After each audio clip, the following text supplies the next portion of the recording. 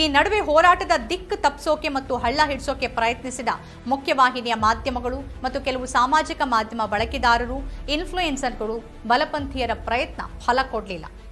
ಯಾವ ಯುವಜನತೆಯನ್ನ ಅವರು ಮೊಬೈಲ್ ಬಿಟ್ಟು ಹೊರಗಡೆ ಬರೋದಿಲ್ಲ, ಬೀದಿಗಿಳಿಯೋದಿಲ್ಲ, ಈ ದೇಶದ ಸಮಸ್ಯೆಗಳ ಬಗ್ಗೆ ಅವರಿಗೆ ಅರಿವೇ ಇಲ್ಲ, ಪ್ರಬುದ್ಧತೆ ಇಲ್ಲ ಅಂತ ಹೇಳಲಾಗಿತ್ತು, ಅದೇ ಯುವಜನತೆ ಎಷ್ಟು ಸ್ಪಷ್ಟತೆ ಮತ್ತು ಪ್ರಬುದ್ಧತೆಯೊಂದಿಗೆ ಬೀದಿಗಿಳಿದಿದ್ರು ಅಂತಂದ್ರೆ ಅವರಿಗೆ ಶಿಕ್ಷಣ ವ್ಯವಸ್ಥೆನೂ ಗೊತ್ತು, ಸಂವಿಧಾನನೂ ಗೊತ್ತು, ಈ ದೇಶದ ಆಡಳಿತವೂ ಗೊತ್ತು, ಸಮಸ್ಯೆನೂ ಗೊತ್ತು. ಧರ್ಮದ ಮೇಲೆ ವಿಭಜನೆ ಮಾಡೋರಿಗೆ ಅವರು ಪಾಠ ಹೇಳಿದ್ರು, ಪಕ್ಷ ಅಂತ ಮಾತಾಡೋರಿಗೆ ಬುದ್ಧಿ ಹೇಳಿದ್ರು, ಸರ್ವಾಧಿಕಾರ ಅಂದ್ರೆ ಏನು ಅನ್ನೋದನ್ನ ತಿಳಿಸಿದ್ರು.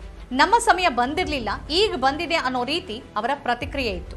ಇಡೀ ದೇಶವೇ ನಿಬ್ಬೆರಗಾಗಿ ನೋಡುವ ಹಾಗೆ ಅವರ ಪ್ರತಿಭಟನೆಯ ಸ್ವರೂಪ ಇತ್ತು. ಪ್ರತಿಯೊಂದರಲ್ಲೂ ತಮಾಷೆಯನ್ನ ಹುಡುಕಿ ಪ್ರತಿಭಟನೆಯನ್ನ ಎಂಜಾಯ್ ಮಾಡ್ತಾ, ಬೇರೆಯವರನ್ನ ರಂಜಿಸ್ತಾ ಇಡೀ ದೇಶವನ್ನ ಬಹುತೇಕ 1 ವಾರಗಳ ಕಾಲ ಬಿಟ್ಟು ಹೋಗದಂತೆ ಅಲ್ಲಿ ತಡೆದಿದ್ದು ಇದೇ ಯುವ ಸಮೂಹ.